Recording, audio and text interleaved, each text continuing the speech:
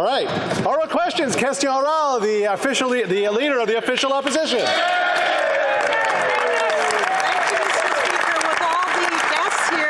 We get some answers in question period. Fraud, Mr. Speaker, fraud on the government. That's the charge the RCMP considered laying against the Prime Minister for taking an exotic holiday as a free gift in 2016. Recent documents show the RCMP knew he committed the illegal act, but they also knew there was a loophole that he could have used. As silly as it might sound, the Prime Minister could have written himself a note, given himself permission to take the holiday. So my question is this: did the Prime Minister give himself permission to take that free holiday in 2016? The Right Honourable Prime Minister. No, Mr. Speaker. This matter was settled years ago when the Ethics Commissioner released the report. While the Conservatives continue to focus on petty politics and on me, we're going to continue to focus on Canadians, on investing in housing across the country, in $10 a day childcare for families, in continuing to lead on world-class investments in fighting climate change. That is what Canadians expect of us. That is what we continue to do. The Honourable Leader of the Official Opposition. Well, Mr. Speaker, there is no statute of limitations on fraud charges, and the Prime Minister is not above the law. Right. The criminal code is clear. The only way the Prime Minister is not guilty of fraud is if the Prime Minister gave himself consent to break the law. That is in the criminal code. This is a clear and a straightforward question. I would like a yes or a no answer. Did the Prime Minister give himself permission to get away with committing a criminal fraud offence? Hear, hear, hear. The Right Honourable Prime Minister. No, Mr. Speaker. The RCMP looked into this matter and no political interference was around it. They came to their own conclusion. There was nothing to pursue. Further, those findings were independently verified by two separate third parties. Despite what the Conservative Party appears to be attempting, politicians do not interfere with the operations of the police in this country. This matter was thoroughly reviewed and closed years ago.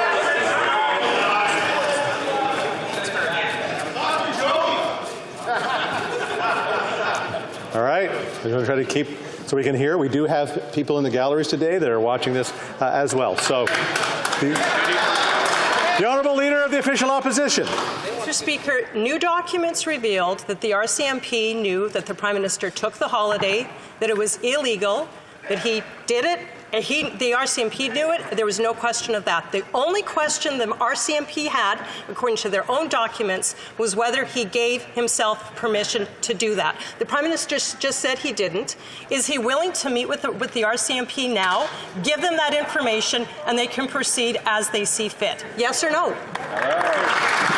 The Right Honourable Prime Minister. The RCMP addressed the matters raised by the Conservatives years ago. The members opposite know very well this is the case, but the Conservative Party seems to have difficulty understanding that in a strong democratic country, neither opposition politicians nor government can tell the police what to investigate, what not to investigate. The RCMP do their job. Why doesn't the Conservative Party believe the RCMP?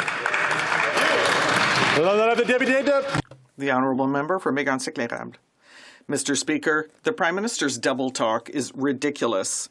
The RCMP thought about laying criminal charges, but it didn't do it because the federal leader decided that he had the right to give himself a gift of $200,000. He said it just a few minutes ago. He said that this dates back, and he himself has never hesitated to denounce things that have happened far before that. Doesn't he know that it's never too late to report a crime? The Right Honourable Prime Minister. Mr. Speaker, this issue was settled a number of years ago, but obviously we recognize the independence and the important work done by the RCMP in this country, and the Conservatives don't understand that in their desire to launch personal attacks. They need to understand that the work was done at all levels, and this is an issue that has been closed. The Honourable Member for Emergencies Act.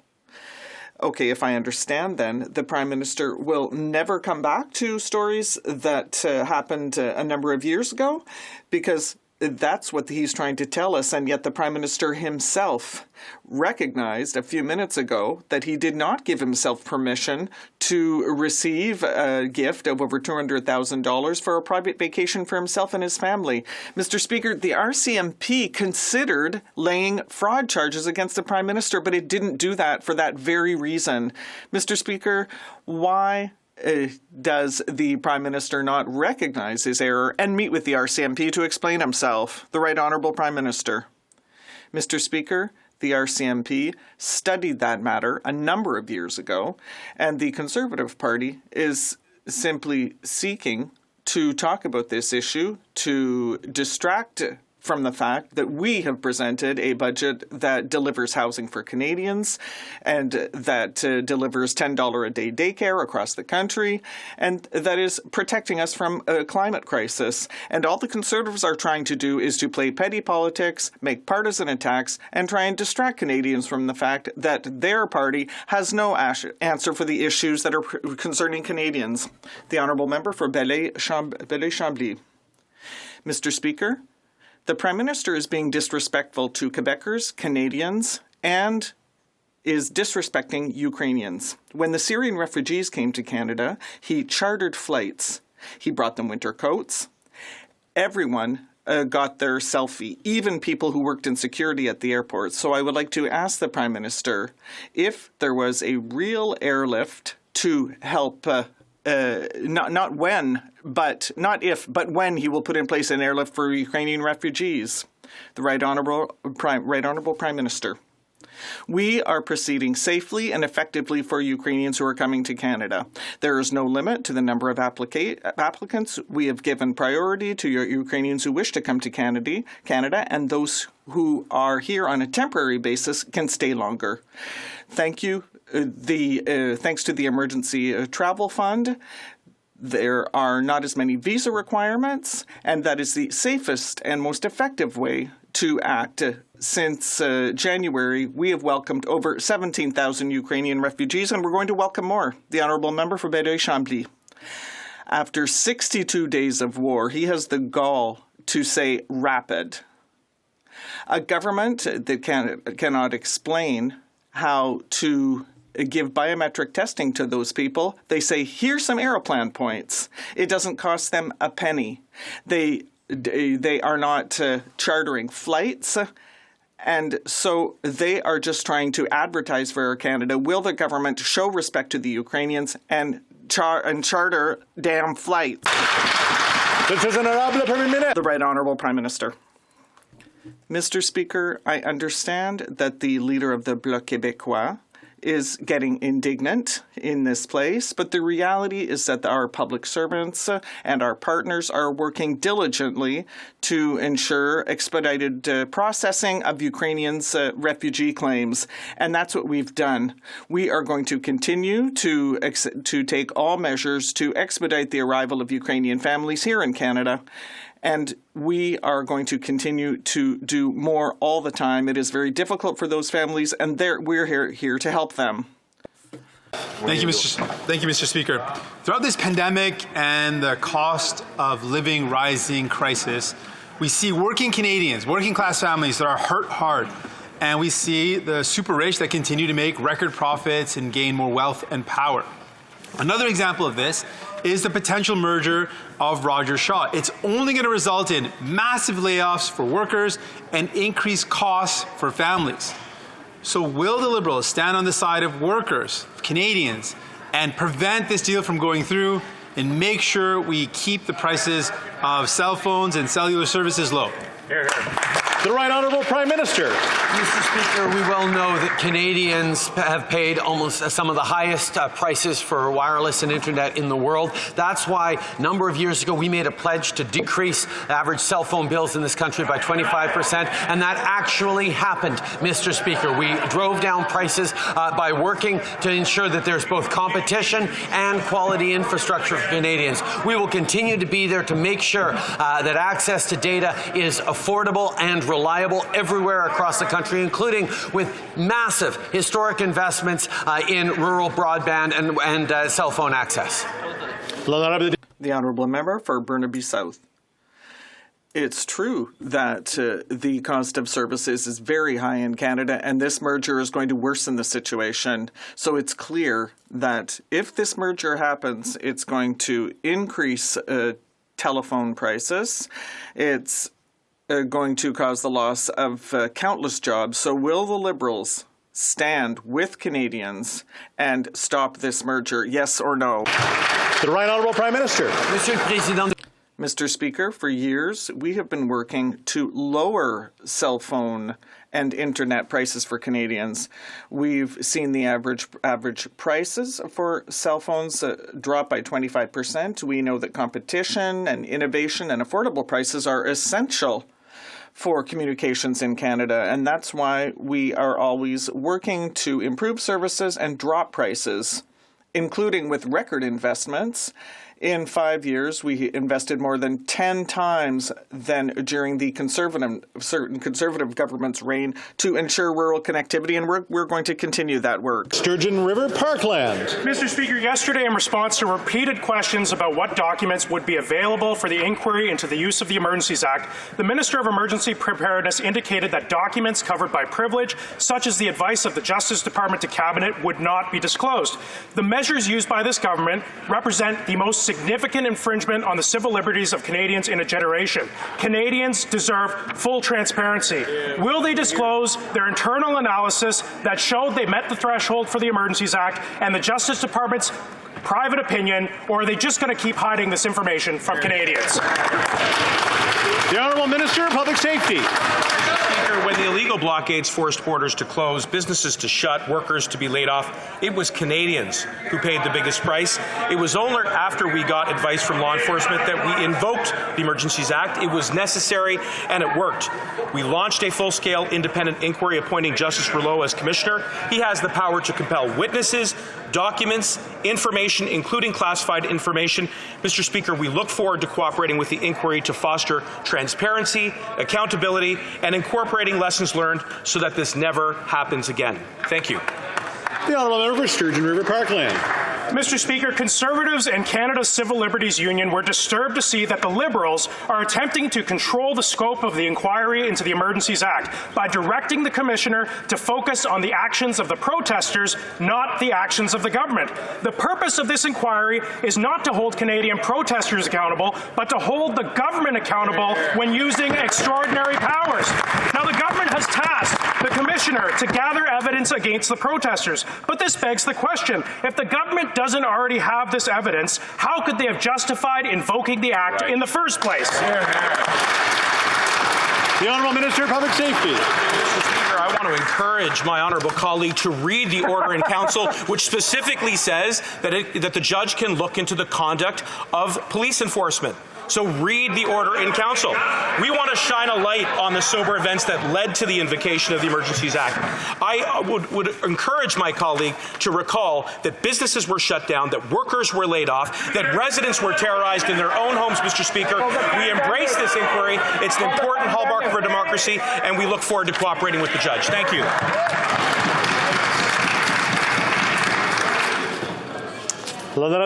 The Honourable Member for Charlebourg-Haute-Saint-Charles. Mr. Speaker, yesterday the Prime Minister finally set up the inquiry into the declaration of an emergency situation. The Minister of Public Safety said that we intend to cooperate with Justice Rouleau in the contents of his inquiry so he can do his work. Well, that's wonderful. We all want to shed light on this situation. Will the Prime Minister pledge to give the Commissioner access to all documents, including those that are covered by Cabinet secrecy? The Honourable Minister. Mr. Speaker, I'd like to be clear. We are shedding light on events that happened while this law was invoked. I invite people to remember the residents of Ottawa who were taken hostage in their own homes.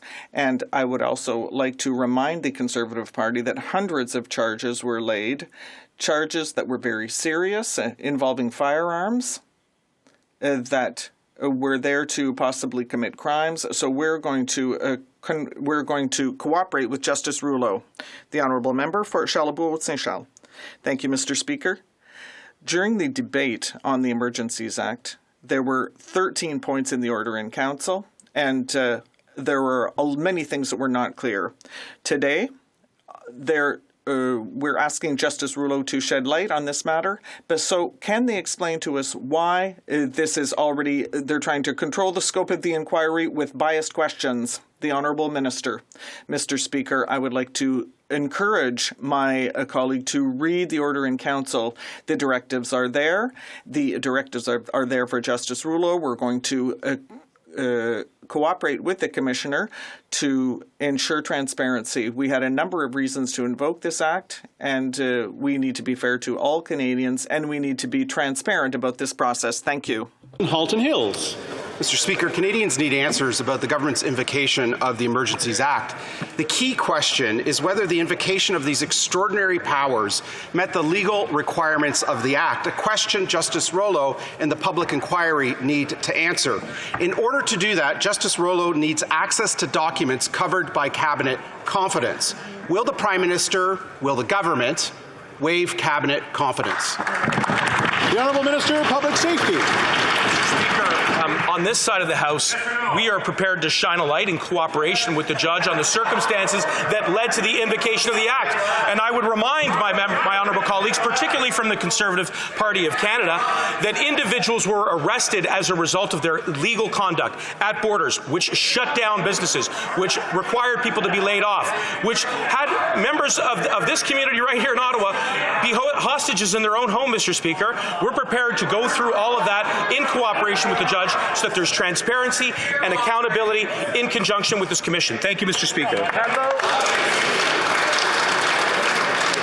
Have a little order in this, just so we can hear the answers to the questions, and so the people visiting us here can hear the answers as well. The Honourable Member for Wellington Halton Hills. Mr. Speaker, the Emergencies Act is only supposed to be used when there is no other law in Canada able to deal with the situation. It's not clear that threshold was met. When emergency powers are used in a democracy, the question that must be answered is, did the government act lawfully in the invocation of those powers? To answer that question, Justice Rouleau needs Cabinet documents. Prime Minister Harper waived Cabinet confidence in the Vice Admiral Mark Norman case and in the Senator Mike Duffy case. Will the government do the same for this public inquiry? The Honourable Minister of Public Safety. I would encourage my colleagues to read the order in council, which specifically says that the judge has the independent power to compel witnesses, to compel information, to compel other documents, which indeed includes classified information. We want to shine a light on the circumstances that led to the invocation of the Act. We on this side of the House and other members in this chamber are confident that it was the right thing to do, and it worked, Mr. Speaker. But in fulfillment of our obligations under the Emergencies Act, we've launched this public inquiry so that there can be transparency, accountability, and integrity, and so that this never happens again. The Honourable Member for Repentigny.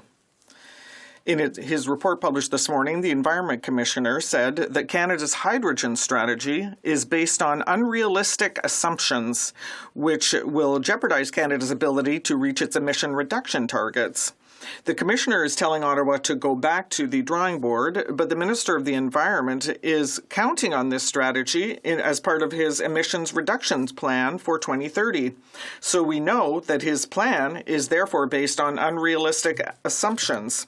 Is that the only part of the plan that is based on unrealistic assumptions? The Honourable Minister of the Environment. Thank you, Mr. Speaker, and I'd like to thank my honourable colleague for her question. I'd also like to thank the Commissioner for his hard work. I've been following his work for over 2 decades, and his work is very important for our government, and it should be for all governments because it helps us do better. We want our climate emergency plan to be the best in the world, and it's based on hydrogen, and that's what we're working on. Thank you. The Honourable Member for Repentigny. Let's look at another report, Mr. Speaker, which is just as concerning in terms of the environment. It's from the UN Office for Disaster Risk Reduction. The office says that the number of natural disasters will rise to 560 per year by 2030. It talks about floods, droughts, extreme temperatures. All of that is going to increase by 40% in only 8 short years. The UN calls this a spiral of self-destruction. Did the Minister of the Environment take that into account before approving Bay du Nord and its 1 billion barrels of oil? The Honourable Minister of the Environment. Thank you, Mr. Speaker. Climate change is something that we take very seriously on this side of the House, and that is why we began last year work with a group of experts to guide the government in adopting its first national adaptation strategy that will be adopted this year. We are working with the provinces and territories, as well as Indigenous peoples and municipalities, as well as other partners, to devise this new strategy. Thank you. The Honourable Member for Repentigny. Friday was Earth Day, Mr. Speaker, and on that opportunity, I'd like to quote the Environment Minister, who said in a press release, "Today, Canadians join people around the world to celebrate our natural environment and focus on everything we do to keep our shared home healthy." Can the minister share what he reflected on to keep our shared home healthy before approving Bay du Nord and its 1 billion barrels of oil? The Honourable Minister of the Environment. Mr. Speaker, I would like to refer my honourable colleague to the most recent GHG emissions report in Canada, which showed that before the pandemic, despite an increase of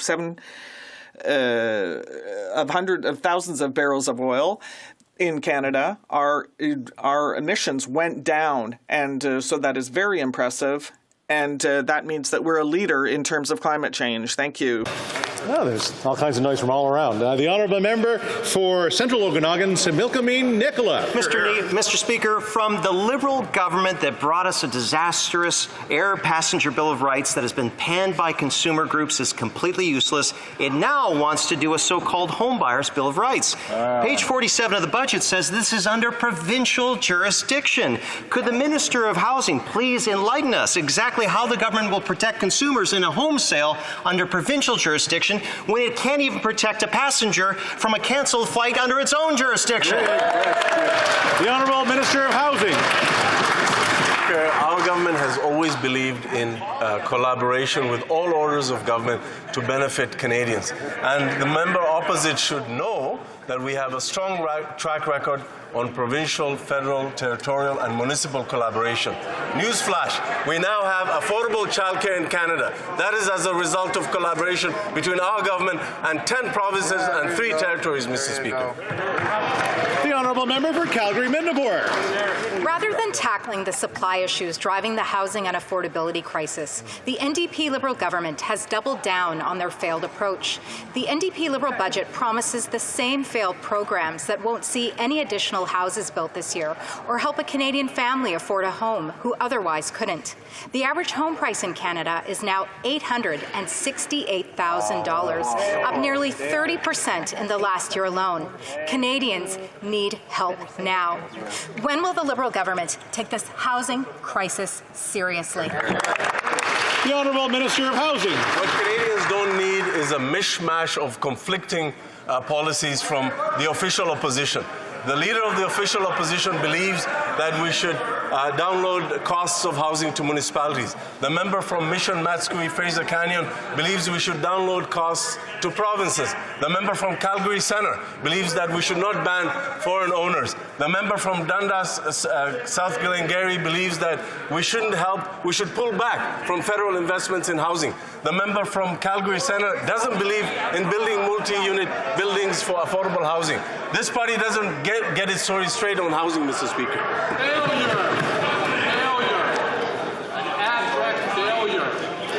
The Honourable Member for South Surrey White Rock. Thank you, Mr. Speaker. In Canada, as we just heard, the average price of a home is $868,000, but in South Surrey White Rock, the average is $1.2 million, and that's not even for a detached home. Rather than dealing with the supply shortage, this government is doubling down on its failed policies and programs. Canadians don't want to co-own their homes with this tax and spend government. They don't trust this government. To the minister, when is this government going to get serious, abandon its failed policies, increase supply, and cut red tape? The Honourable Minister of Housing. Mr. Speaker, the best way to deal with housing affordability is to increase housing supply and to do it faster. Unfortunately, the member opposite is so concerned about housing supply, she should talk to her leader, who opposes our collaboration with municipalities to increase housing supply. She should talk to her colleague from Calgary Centre, who opposes a ban for foreign ownership. She should talk to her colleague from Mission Mascouche Fraser Canyon, who believes we should just download the costs to provinces. She should talk to her colleague from Dundas, South Glengarry, who believes we should just get out of the whole national housing strategy, Mr. Speaker. I mean, we did really a lot better this time. We're at question, honestly, question 22. The honourable member for Peterborough-Kawartha. Zach has a job offer in my riding of Peterborough-Kawartha, but he cannot find affordable housing. Now, this is a common theme across the country. A lot of job vacancies, but no housing. How can we fix the employment crisis when we have a housing crisis? People need a place to live. It is a basic human need. How is Zach supposed to pay off his student debt if he cannot accept job offers? To the housing minister, will he continue to roll out one failed program after another? And is Zach the latest victim of his housing policy failures?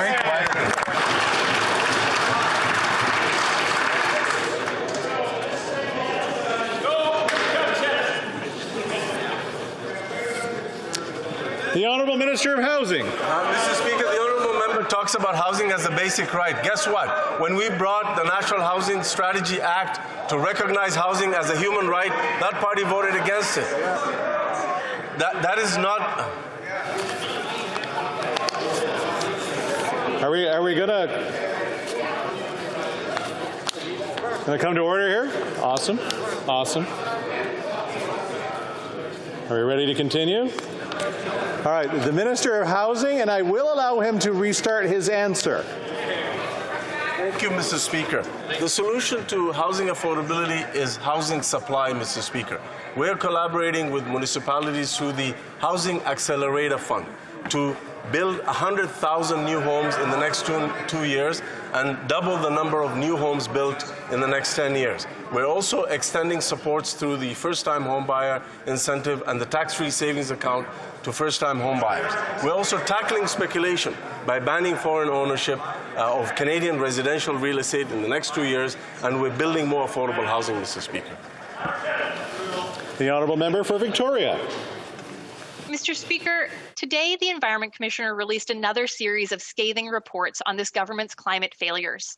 He showed that they're failing on carbon pricing, letting big polluters off the hook while Indigenous communities pay the price, failing to reduce emissions, relying on non-existent policies that undermine their credibility, failing on climate infrastructure, they can't even keep track of the impacts of their projects, and on a just transition, they are leaving workers and communities behind. How can Canadians trust this government's promises when we see failure after failure after failure after failure? Honourable Minister of Environment and Climate Change. Thank you, Mr. Speaker, and I thank my honourable colleague for her question. As I said earlier, we welcome the Commissioner's latest report and thank him for his findings. I don't know what's so controversial about that, Mr. Speaker. Over the last 6 years, we've made major progress on everything from putting a price on pollution to protecting historic amounts of our lands and water. And as we outlined in Budget 2022 and the emissions reduction plan, we are transitioning to a clean economy. We are putting a cap on emissions from Canada's oil and gas sector, and we're putting a price on pollution through to 2030. Thank you very much, Mr. Speaker. The Honourable Member for Timmins, James Bay. Well, God help our little planet with a minister like that in charge. Because if he read the Environment Commissioner's report, he would point out that energy workers are facing a potential economic upheaval as devastating as the collapse of the cod fishery in the 1990s. I mean, I know the member from Timmins, James Bay has a big voice, but I'm having trouble hearing it all the way up here. And you know, this is what I'm going to do. A lot of times I'm getting ministers to repeat their answers. Well, I'm going to ask the member for Timmins, James Bay to repeat his question. Start from the beginning. Well, Mr. Speaker, to the point, God help help our planet with answers like that from the minister, because the Environment Commissioner today warned that energy workers are facing a potential economic upheaval as devastating as the collapse of the cod fisheries in the 1990s. And slogans and promises about a so-called just transition just won't cut it. The Commissioner reminds us this government has broken every environmental promise they've made, and now they're breaking faith with energy workers and their families. It's simple. The climate crisis is here. How can that minister stand in this House and continue to show such a dismal record of failure? The Honourable Minister. Mr. Speaker, I want to thank the Commissioner for the report, notwithstanding some concerns with the findings. Consultations on legislation were launched while I was Minister of Natural Resources, and I'm proud to say I'm continuing that work as Minister of Labour alongside my successor and my colleagues. We had a recent action. We've had a ministerial roundtable on sustainable jobs. We've had the relaunch of consultations on legislation and the Sustainable Jobs Training Centre, which demonstrate our government's ongoing commitment to achieving a transition that will lower emissions, build up renewables, and make sure that our workers are at the centre of it. Thank you, Mr. Speaker. The Honourable Member for Etobicoke Lakeshore. Mr. Speaker, distress centres are life-saving resources in our communities, which have seen a surge in demand for their services since the onset of the pandemic. In my riding of Etobicoke Lakeshore, the Assaulted Women's Helpline recently received a much-needed infusion of $250,000 of federal support. Wow. This organization operates two crisis lines. One is for women who are experiencing domestic and gender-based violence, and the other, the Senior Safety Line, is specifically for seniors who are experiencing all forms of abuse.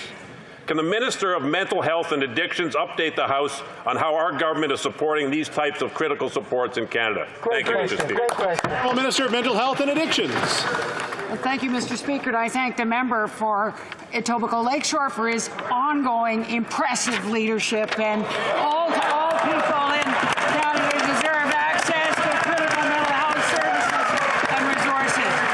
Yesterday. Hold on.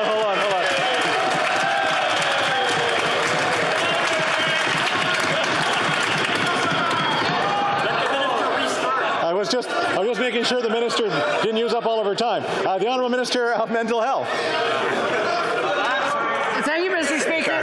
I'll just thank him for his advocacy now, and all people in Canada deserve access to critical mental health resources. Yesterday, I was able to announce $2 million for the Centre for Mental Health and Addiction to help develop resources to assist distress centres in meeting the diverse needs of disproportionately affected people, as well as almost $1.8 million for 13 distress centres across Canada to help them better connect to appropriate supports. This funding is part of $50 million federal commitment to distress centres and to build a network to assure people get what they need when they need it.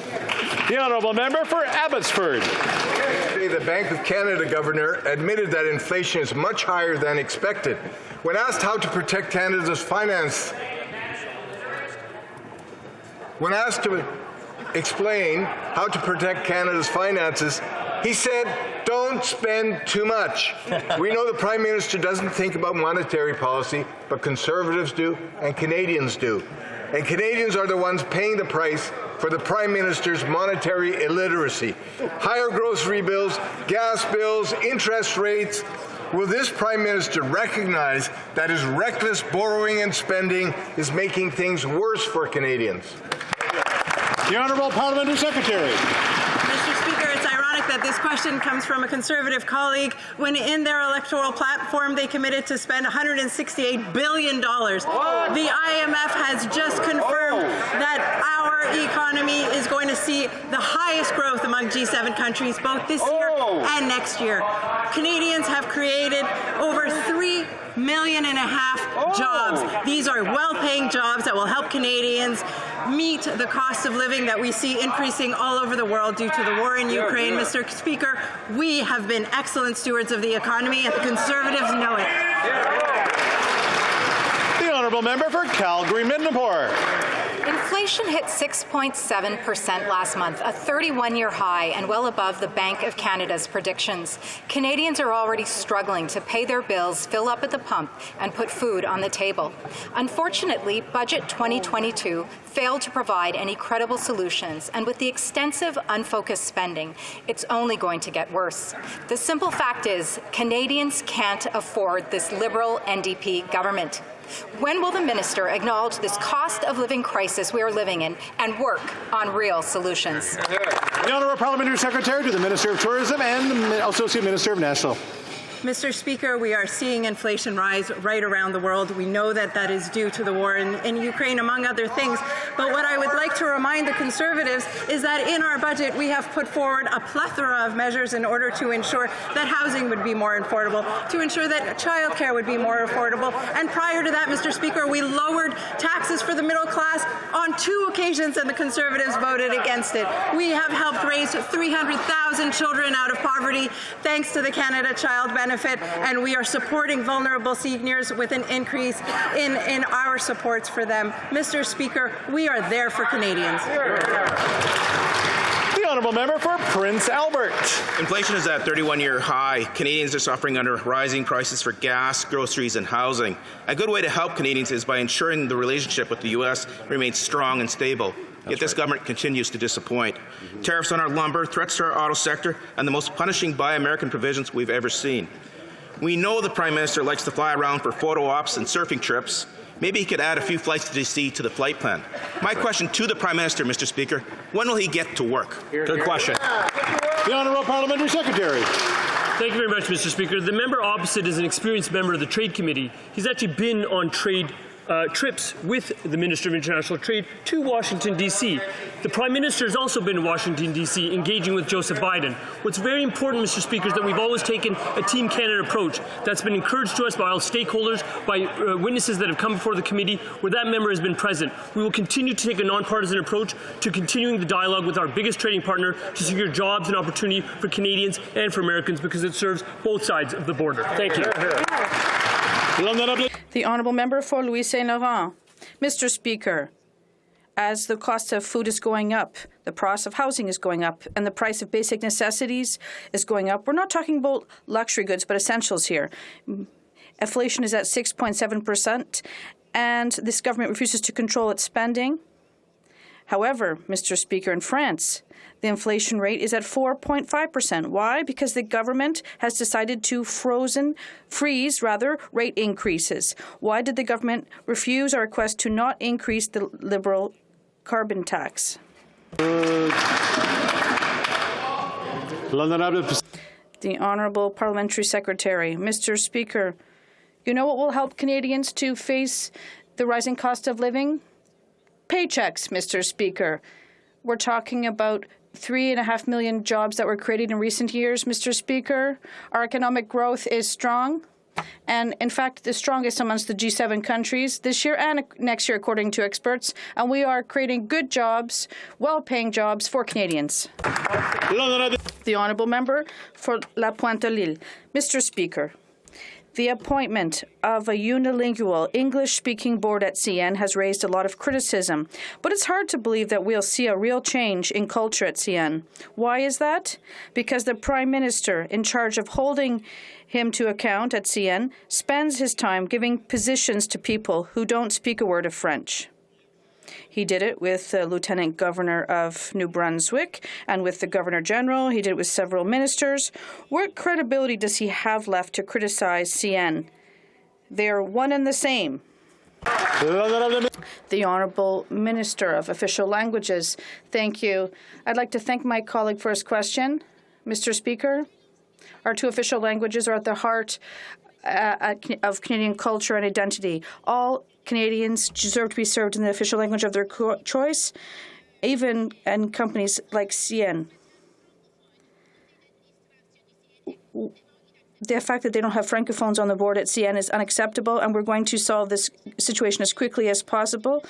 We're very happy to be revising the Official Languages Act, and we will make sure there are necessary studies are done to solve this situation. The Honourable Member for Lac-Saint-Jean. Mr. Speaker, Manon Tomby, a young mother applying for permanent residency, has been abandoned by Immigration Canada.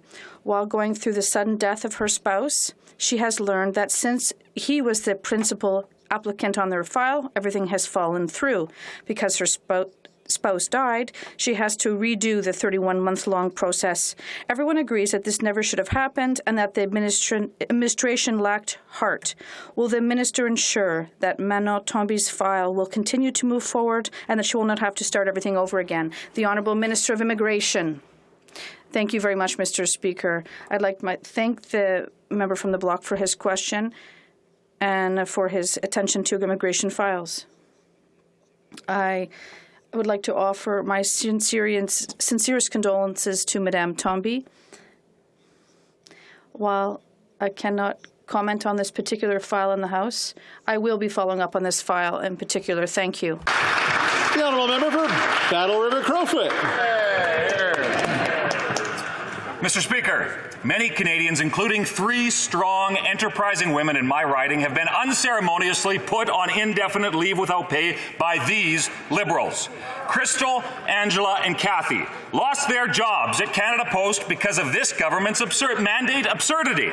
Livelihoods taken away, families going without, and for what purpose? Each of these women work in small towns. 2 of the 3 are postal agents that work alone. And one is now not even allowed to enter the building of the business she worked so hard to build. This needs to end. Will the minister today commit to ending these unscientific mandates? The Honourable President of the Treasury Board. Speaker, having a fully vaccinated workforce makes our workforces in our communities safer. We asked employees of the federal public to step up, and they stepped up. 99% of the public servants got fully vaccinated. We are committed to review this policy every 6 months, and that review is underway, Mr. Speaker. Any decisions will be based on science and the advice of public health officials. Thank you, Mr. Speaker. We can send notes back and forth. If somebody is not liking what's going on the floor, we can always just write a note, send it over to the ministers, and express ourselves that way rather than having to shout. The Honourable Member for Peace River Westlock.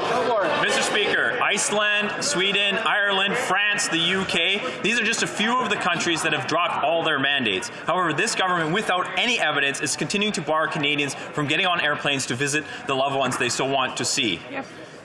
They're spending $30 million to prevent Canadians from getting on airplanes. On what day will the minister allow people to fly and end the mandates? Hear, hear. The Honourable Minister of Transport.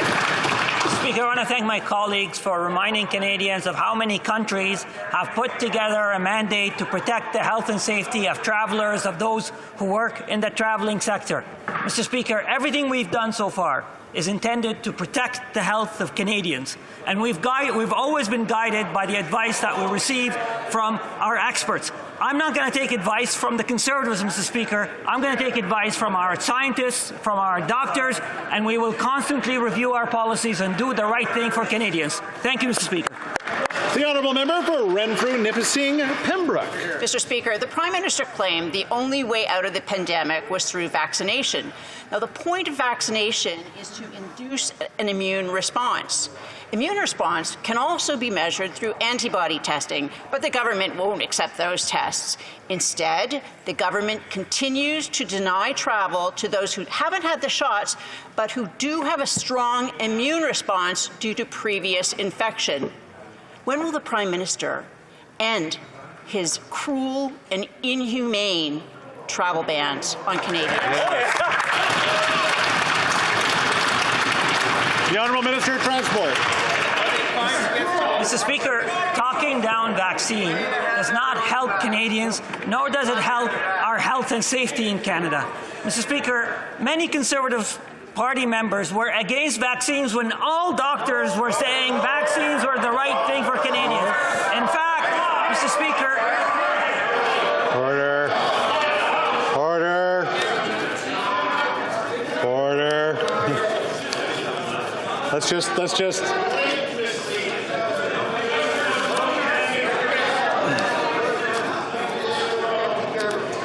We're ready? All right. The Honourable Minister of Transport. Mr. Speaker, notwithstanding the Conservatives' noise, I'm going to tell you that we are going to continue to do whatever we can to protect the health and safety of Canadians, the travellers, and those who work in the travelling sector. We are always reassessing these decisions, Mr. Speaker. We don't make these decisions lightly. We know that they are important, and we will continue to be guided by science, Mr. Speaker. The honourable member for Sudbury.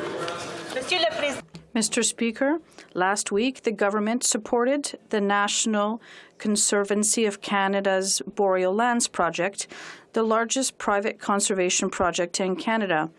The Boreal Wildlands is a project of global significance and a rare opportunity to have a direct impact on biodiversity loss and climate change. Can the Minister of Climate Change tell the House how this is a critical step in our journey towards conserving 25% of Canada's land and water by 2025? The Honourable Minister of the Environment. Thank you, Mr. Speaker. I'd like to thank the Honourable Member for her question. Protecting and conserving nature is one of the most important steps we can take to halt the loss of biodiversity while addressing climate change and advancing Indigenous reconciliation. Nature is the glue that binds all of these important causes together. The project will protect 15,000 square kilometers of critical habitat for species at risk like caribou. Last week on Earth Day, we celebrated the Boreal Forest as the largest private conservation project ever in Canada. And there is another important milestone as our government works to conserve 25% of Canada's land and oceans by 2025. Thank you. For Mission Masque Fraser Canyon. Mr. Speaker, over the last 2 weeks, I've received call after call after call from angry constituents about the poor service they received at Passport Canada offices, just like your constituents. People are regularly lining up at 4 or 5 a.m. just to see an agent. The government of Canada knew there was going to be a surge in applications, yet they did nothing about the expected demand. Why is Passport Canada offering such poor service, and why don't they get their ducks in a row and give Canadians the service they expect from a key government office?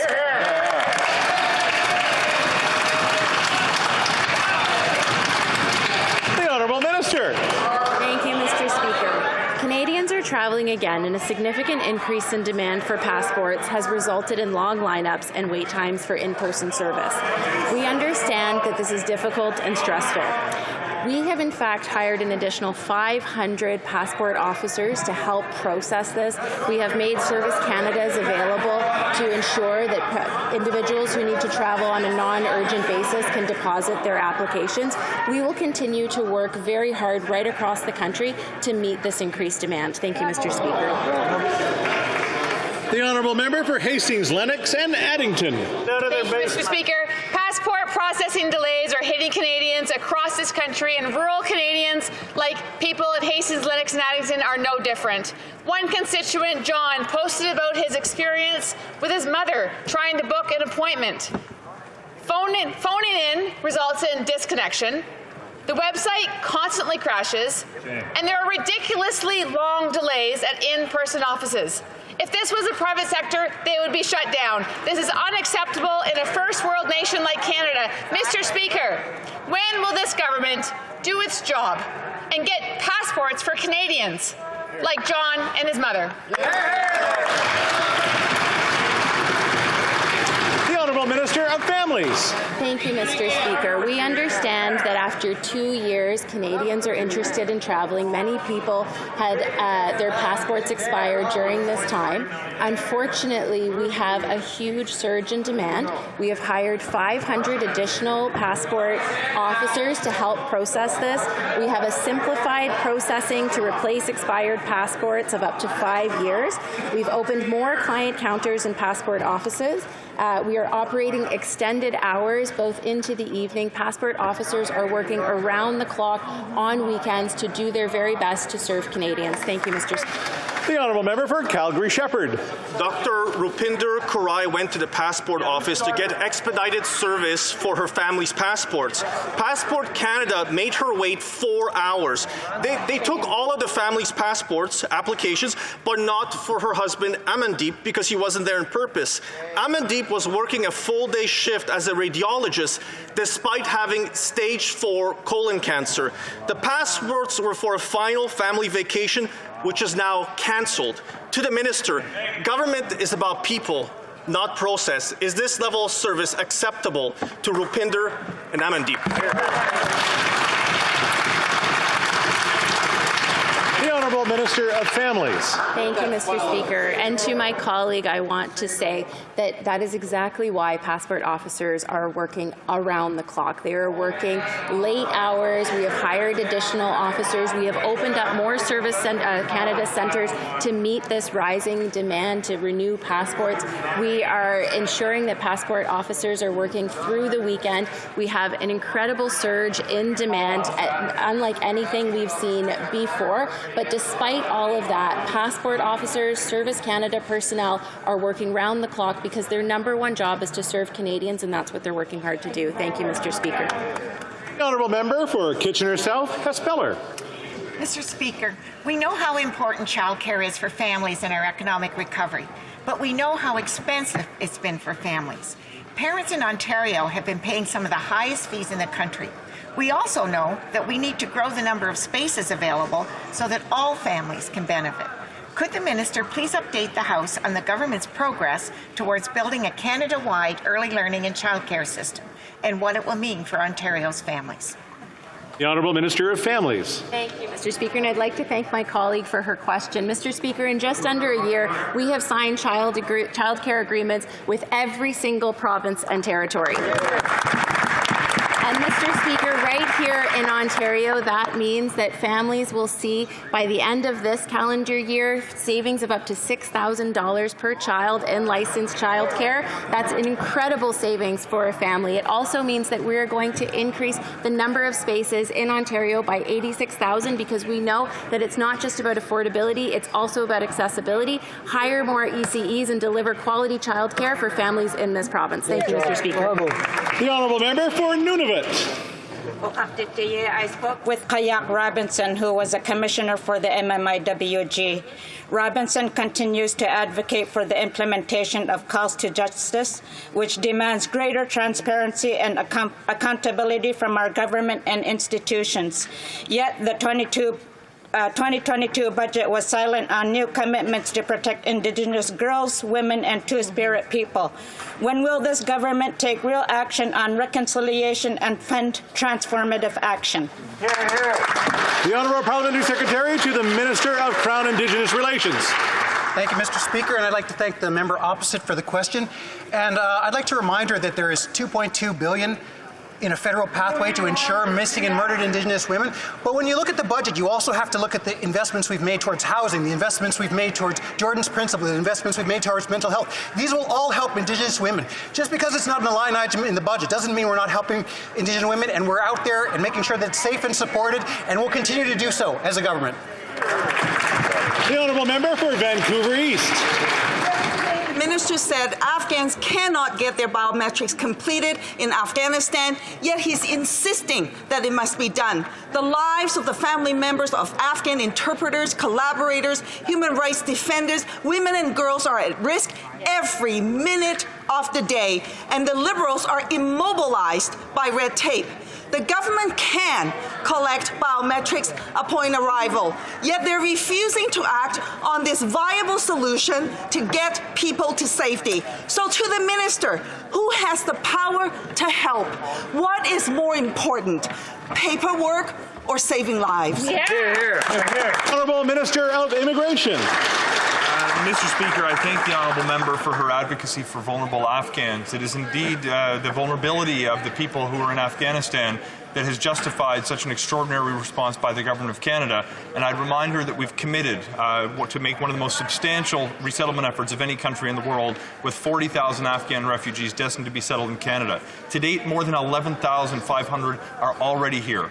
As part of that process, we want to maintain the integrity of the process so Canadians continue to support these massive efforts that we're making to resettle some of the world's most vulnerable, including a rigorous security screening process. We're going to continue to do whatever we can to help these vulnerable people. It's the right thing to do, and I'm proud to be a part of this effort. And that's all the time we have for question period today. C'est tout le temps qu'on a pour la période de questions.